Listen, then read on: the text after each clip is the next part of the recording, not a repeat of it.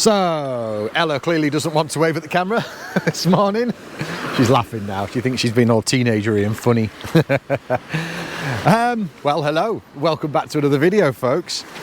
And we are about to hit the road. Yes, we're still at this place. We've been here for ages. It feels like weeks. Don't care. That's what we do now. What was I going to tell you? We are heading, let me spin around here. That way is Alicante. But we're going to go that way and then off into the mountains because we're going to go and visit someone who is an old friend of my brother's, a friend of ours and ours, well, of course. His name is John with his lovely lady Mel, and they have been living in a house, an off-grid house in the mountains here for the last 3 years. They're from our area back in North Yorkshire, England. And yeah, we've been invited up to have a look.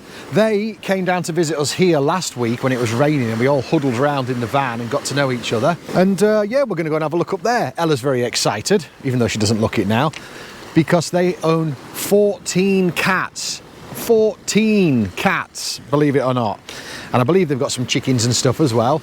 And I'm very excited to chat to them about their property and what their plans are for the future up there. And if there's anything we can get involved with up there as well. There's room for us to park up the van and stay for a few nights. So yeah, we will go and have a look at that. Right, let's try again, folks. I didn't know it was recording. Hello. Is it recording? Yeah. Oh. Okay. And there's Mittens out for her morning stroll. Hi, Mitt. Bye, Mitt. Mittens likes to hang around in this little bit of bush here. She never goes far. We can always just walk. We walk to there, shout Mittens, and she comes running. So that's always good to know. Yes, you'll all be happy to know the Mittens is fine. She's loving van life and she just loves exploring. I'd say no more than like 30 metres away from the van usually at any given site. And she always comes back. It is annoying. She sometimes jumps out of the van when we're in a car park or something like that and we have to retrieve her, but she never goes far. It's all working out beautifully. Right, I made the mistake of starting the engine, didn't I? So Mittens did one. She never likes it when I start the engine. Where is she? Right, the kids have found her. Literally sitting down here in a low position somewhere still. Oh, was she?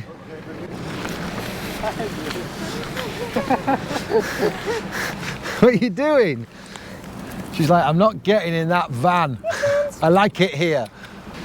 Oh, you always forget that. We get so settled and relaxed with her and she's always coming back to the van, but when I start the engine, she doesn't like it.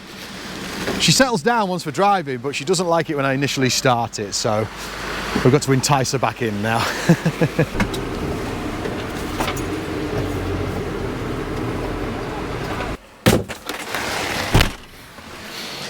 Right, stop the engine. Right, well this is a new one. We haven't had to do this before. We're just sat. Got the sat-nav programmed, everyone's sat in their seats waiting to go. Mittens has not returned yet. We know she's in there, we know she's in those bushes there, we just can't get to her. So this is the first time we've had to wait for the cat. Good job we don't have anywhere we need to be desperately, is there? Apparently we've got a barbecue getting prepared for us tonight, so we don't even have to worry about food. Fantastic. Right, she's been spotted. She's just there near that wood. She won't come. We're shaking her treat bag, but she won't come. She won't have any of it. Now, John's pretty pro at just snagging her. Yeah, he's got her. He's got her. Go on, John, do it. Cat is bagged. The cat is in the bag. Yay! And there's Vivian, our new friend, waving and clapping. Yay! Yeah. See you! Right, close that door, John. Yep. That only took half an hour, that's fine. Not in a hurry, it's okay. Bit of shopping to do and barbecue to go to. Life's good. Let's do it.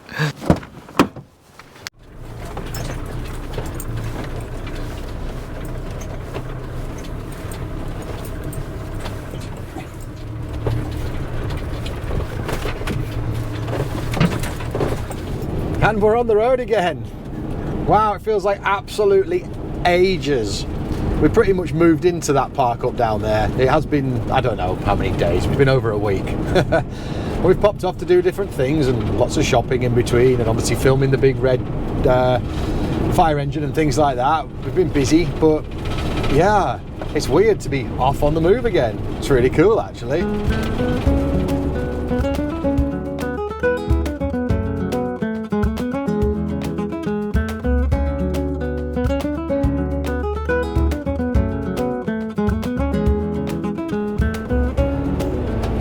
There's the L enjoying the cruise. We are out in the middle of nowhere out here. It's really quite fascinating. The scenery has changed yet again. A lot of solar farms and wind farms and just farmland. It's nice to see a bit of green again after being down by the coast there where it was just desert, but we're obviously up in the mountains now.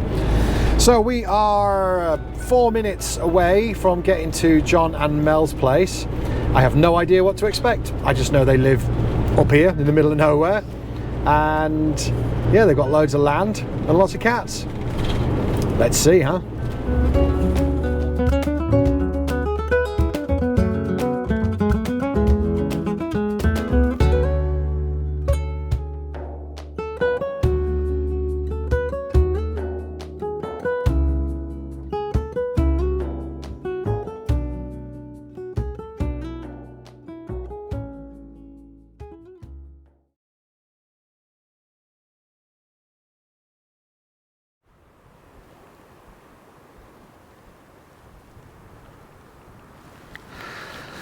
So yes, folks, we made it. Here we are. We're in the middle of nowhere.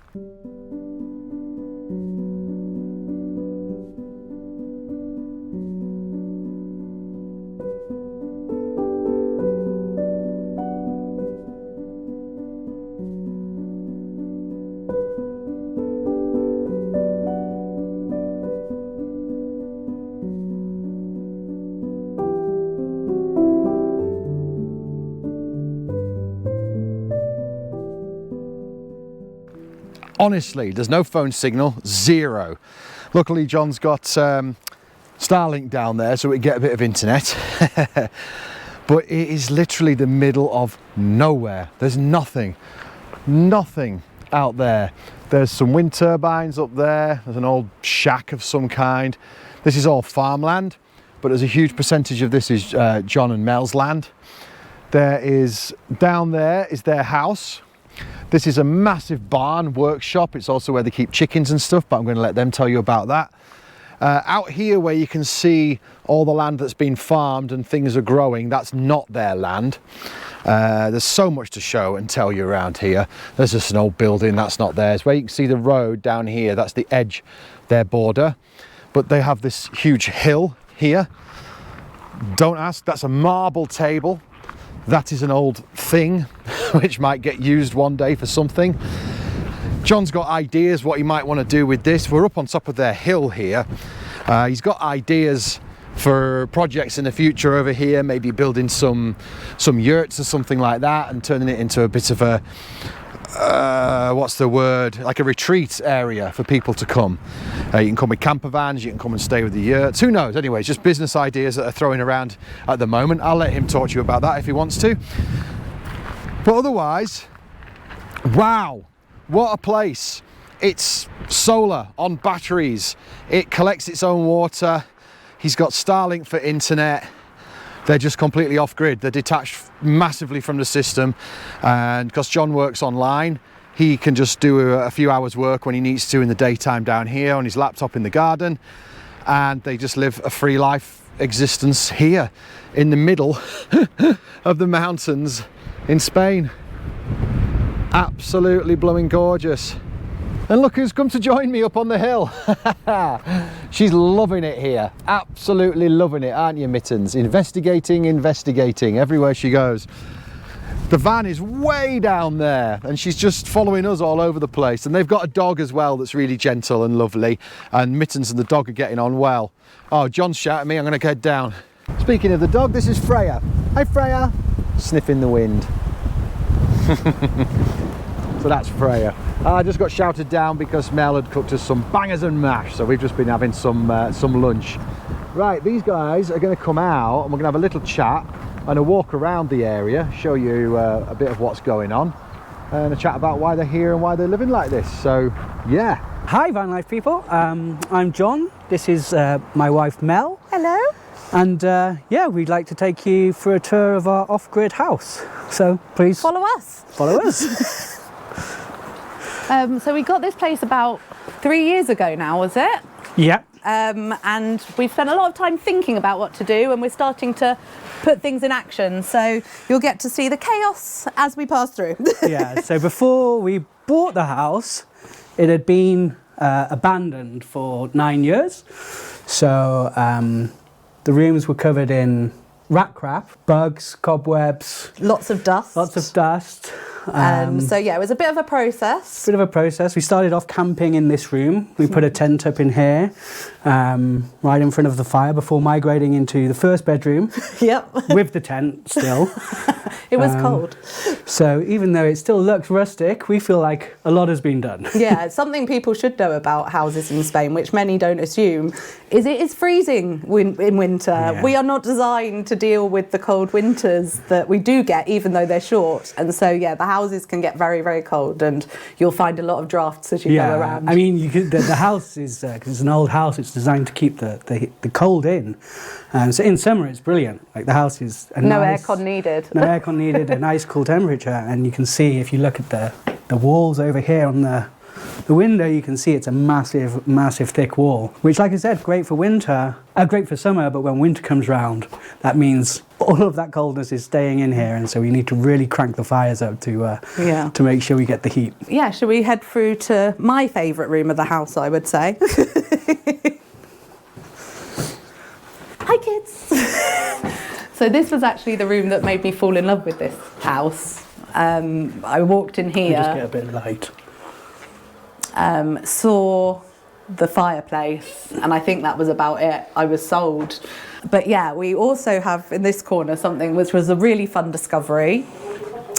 We found these huge wine barrels, 2 of them no good. It was worse than vinegar, inedible, so we got rid of it. But this barrel on the end was full of wine, very strong. I mean, you'd almost call it a sherry, honestly. And so we took that to the local cooperativa, where they make wines locally, and had it tested. They told us what we needed to do to get it in drinkable shape. So we did the work, and now we've got a lot of bottles of very strong wine to work our way through. So yeah, that was, I think, one of our favourite discoveries about the place. I think in Spain, it seems to be that a lot of people just will move out of a house and leave everything behind. So we came into this house with, I mean, literally a huge barrel of wine, furniture. I mean, some of the rooms looked like there'd been beds made up and everyone had just left one day and never come back. Yep. So it's quite interesting from that perspective, the little treasures you find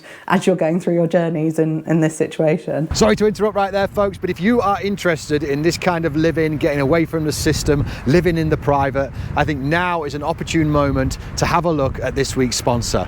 5, 4, 3, 2, 1. As you all know, I really like to take a lot of photos, but what happens to those photos if your phone breaks, gets stolen, or just simply stops working? Most people use regular cloud storage, but do you know who has access to your files? Now that is where Proton Drive changes the game. Now, I have to say, I was genuinely over the moon when Proton reached out to me. I've been using Proton Mail now for over 5 years, and I'm a huge believer in privacy and digital freedom. Now, I live this way for a reason, away from big tech, away from constant surveillance.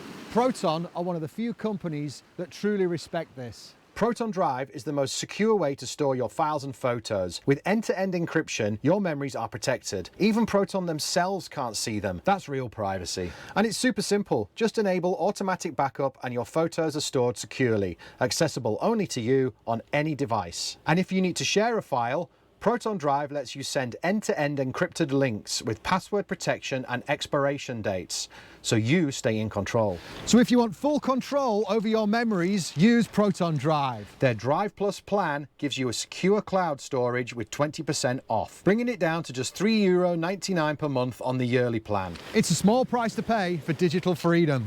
Now I've got a link down in the description for you, so go check it out and start protecting your photos today.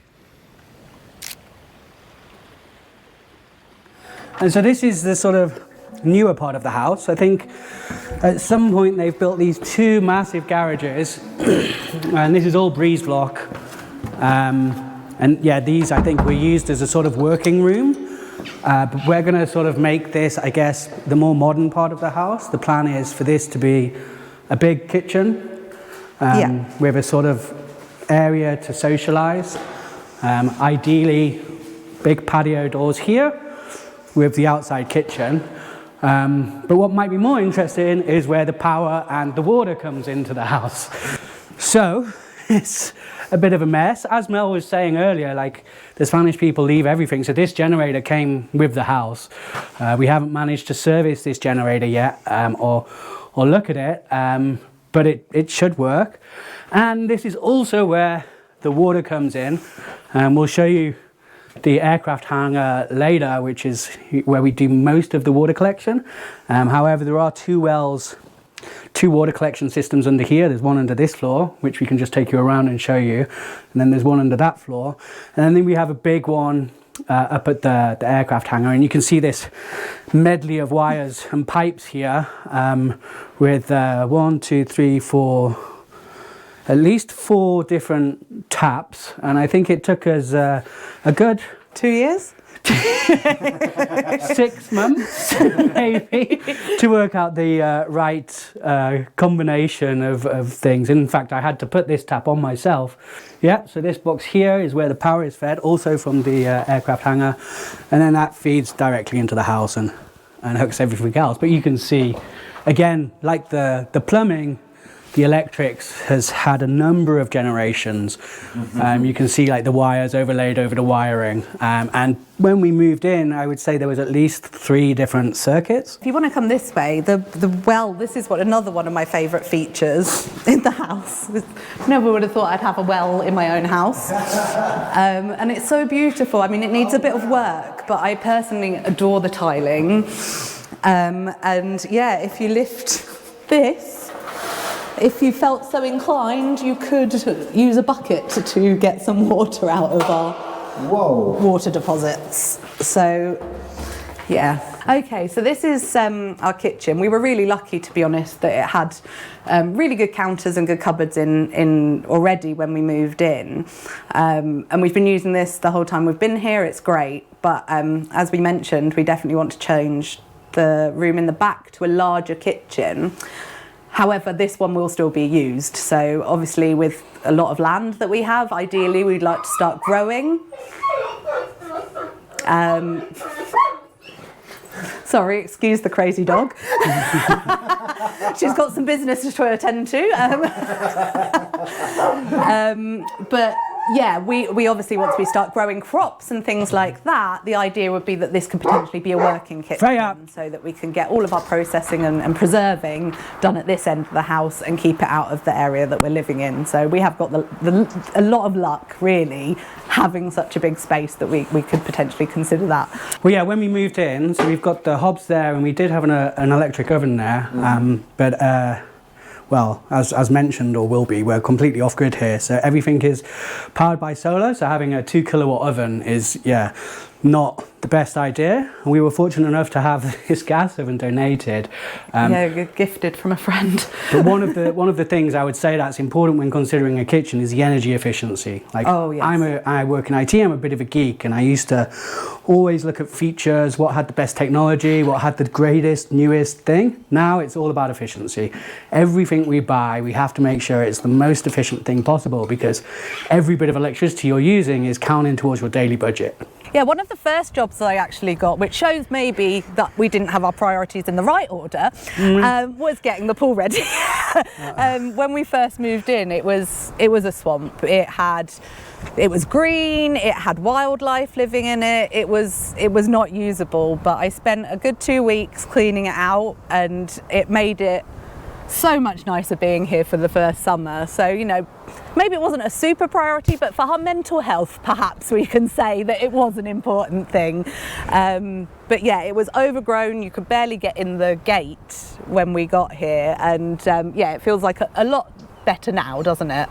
Yeah. Yeah, I think as well with the pool, it sort of shows in the many areas where we've been very naive and somewhat lucky, in that, you know, we saw there was a pool there and we were pretty confident that we would be able to clean it and make it into a functioning pool again. But then when you start researching these things, we quickly found out that a pool like this should, after being abandoned for 9 years with no water and facing the sun, be completely destroyed. But we got very fortunate and lucky, which is a trend, I think, isn't it, Annie? Yes, we are. Something's going to give at some point, but so far so good. So just to give a reference, this is the back of the garage where the well was. So it's not actually too far from the power hub and things up here. So one of the reasons we wanted to look at this property specifically is because it had an aircraft hangar, and I mean, who wouldn't want all of this space? So we now have an aircraft hangar, sadly no aircraft.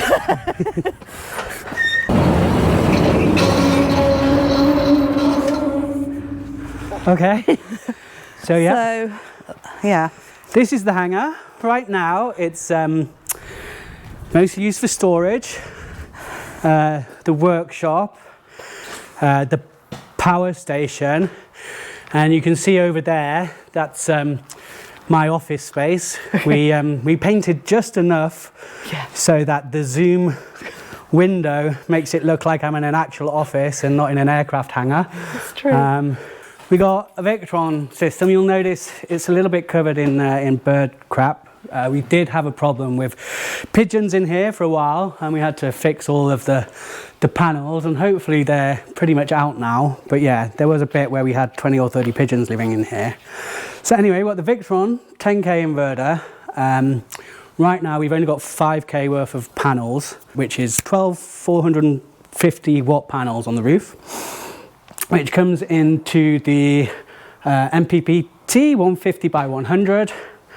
And then here we have the Pylon Tech batteries, which is, they're not Victron, but they're Victron compatible or Victron recommended.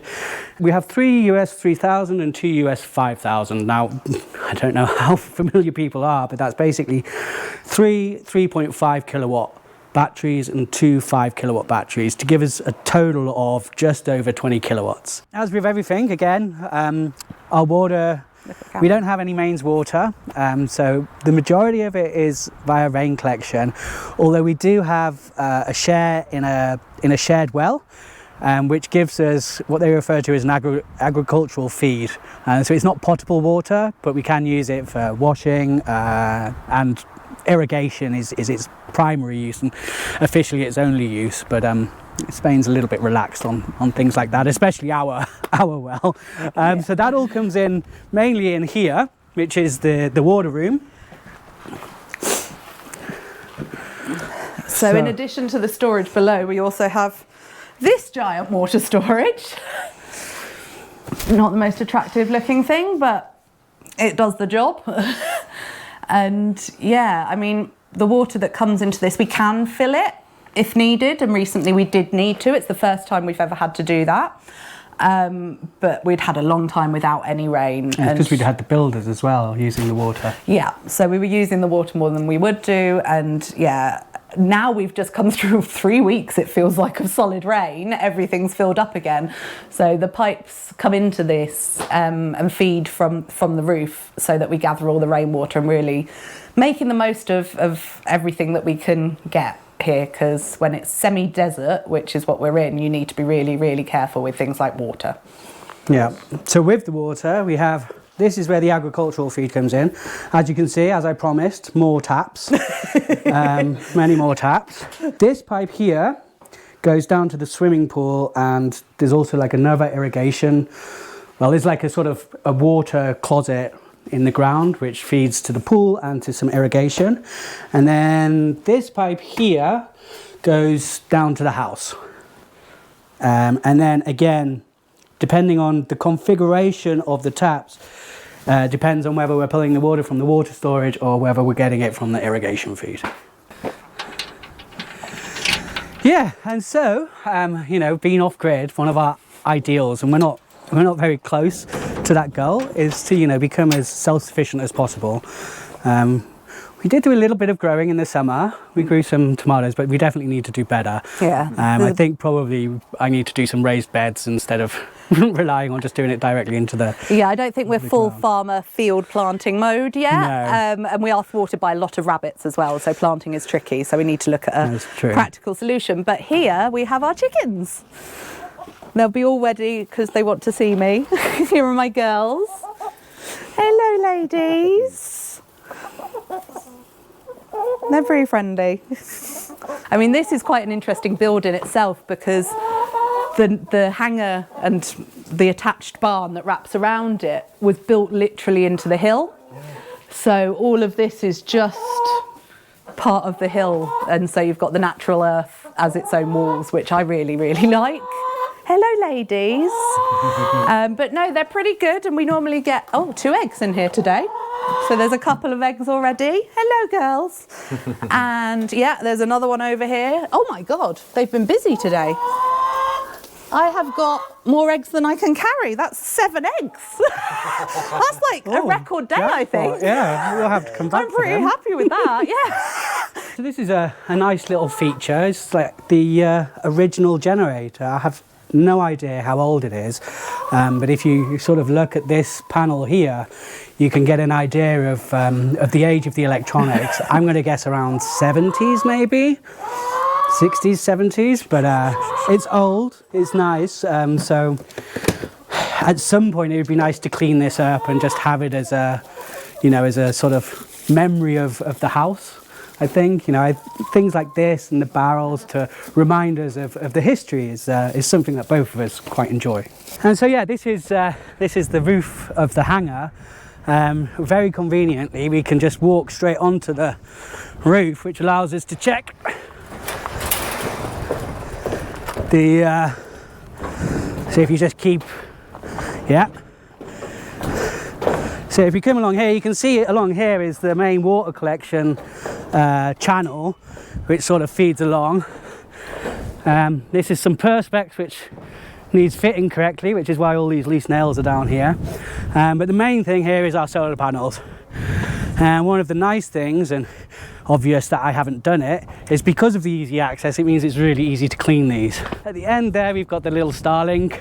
Yeah, I mentioned I work in IT, so, you know, having the internet everywhere is useful, and we're trying to build out the internet as much as possible. So you can see up here, we've got a little access point. We've got them on the house, and we're slowly trying to build out as much internet as possible. The main problem I'm having right now is I'd like to create some type of like 48 volt solar powered battery unit that can power simple PoE devices, and then that would enable me to sort of just plonk access points all over the land and have them mesh together.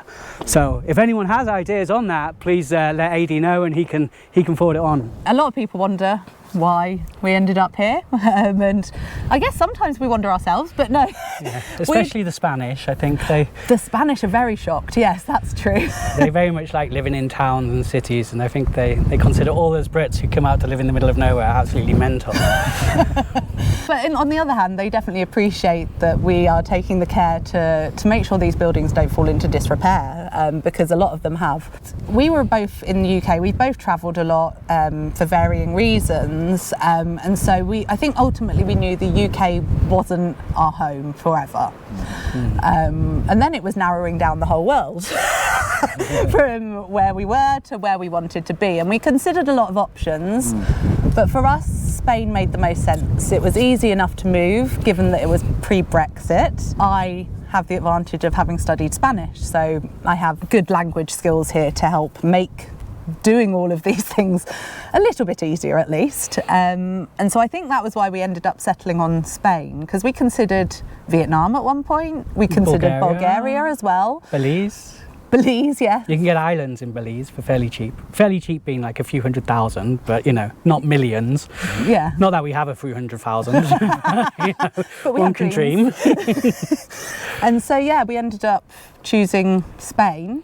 We were all right when we were in London. We had 2 salaries. I work in IT, so mine's nicer than most. I'm lucky. But we were living in London, which meant we had no money. So, you know, we were considered top earners, but at the end of the month we had no money. And then, you know, if an electricity bill came in at the end of the year saying, you know, you now owe an extra grand, then, you know, we were struggling to find that money. And it seemed insane, you know, because of the situation we had, like, and the wages we were pulling in. So we moved to Leeds, I think, first. Mel wasn't enjoying her job, and so we decided that just moving to Leeds, we were able to essentially do without Mel's salary, just the reduction in bills and rent. Leeds, if you haven't been, is cold. It's a beautiful city, it's don't a beautiful get me wrong. city. We loved Leeds, Yeah. but it is shockingly so much colder than London. I didn't realise how much colder it would be.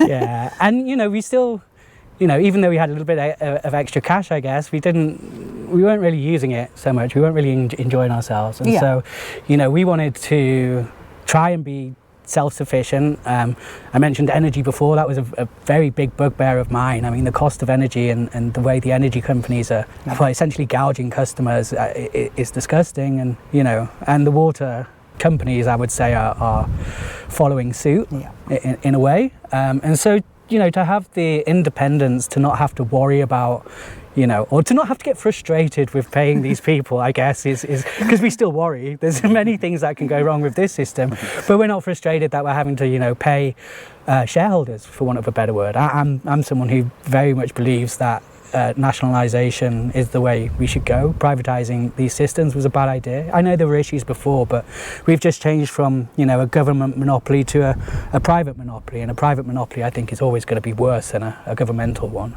I don't know, there's a bit more politics than I expected to go down. I mean, it's not unusual for you, but no. I mean, I think, yeah, there was a lot of different reasons, but ultimately we wanted to have our own space, our own land, not to be away from people. You know, we don't hate people, but we like to live our life, you know, on our own and not be worrying about the neighbour. You know, if you play your music too loud, something as simple as that, when you're in cities or towns can be problematic. And we just wanted space, peace, and I think independence. Yeah, independence from those utility companies and things like that. But yeah, the goal for us would be to be self-sufficient. Yeah, as Adi has said a number of times since his visit, there's a bunch of potential here, a plethora of potential, and sometimes that can, you know, you can get lost in the choice. And I think we just need to this year, I think, pin down some idea and work towards doing it. Yeah, I think when we moved in, we were definitely so full of energy and so raring to go. But once you see the mountain of tasks to get just even to a basic level, not even to you know, start doing fancy things, just to get it to a reasonable standard, everything gets pushed back, and you see how long these things can take. But as long as you enjoy the process, then, you know, we don't personally feel any rush. No. Like, we're happy to go at our own pace and enjoy ourselves, because that's what we're here for. We're not here to start grinding and work 24/7, because we chose this life to live like the Spanish, to enjoy life, rather than just keep working and working for what at the end of the day. And I think we're pretty happy so far. Yeah, we're pretty happy. I think the only pressures come from external parties, right? Like my mum often likes to know how we're progressing. No, I think that's fair. I think there's a lot of people that are really excited by the project. Yes. There's a lot of people that have, you know, often thought, or what I would do if I had the chance, and if I could buy some land and I could buy some property. And like I said, before we did it, the ideas were flowing, the energy was there, and then ultimately reality starts taking hold and it becomes slower. But obviously the people outside of it still have all that energy and excitement. And so for them, they want to know the next thing that's been done and the next thing. But no, like I said, I think we're pretty relaxed. We want to just enjoy our life. And if it takes more time, then that's fine, because we've got to enjoy ourselves at the end of the day. That's true, yeah. Yeah. Well, I mean, I guess that sort of wraps things up. It's been nice to show you all around our little house, our little bit of paradise. If you do see anything that you know want more information on, or if you've got any pointers for us, We'd love them. We're more than happy to learn. Please comment, and I'm sure Aid would appreciate if you like and subscribe. Well, I hope you guys enjoyed getting to know Mel and John just as much as we've been enjoying getting to know them over the past few days. And if you're interested in this sort of content, good, because I intend to do more of it. I really enjoy these interviews. I think it's really, really interesting to see how other people live. When the opportunity arises, I will bring you more content like this. When there's no one to film, it will be our regular travel vlogs. That's what I'm going to do from now on. I've decided, okay? I hope you enjoy it, and I will see you all next week for probably a regular travel vlog. The engine's running, we're about to head down the road, but you'll find out where we're going next week.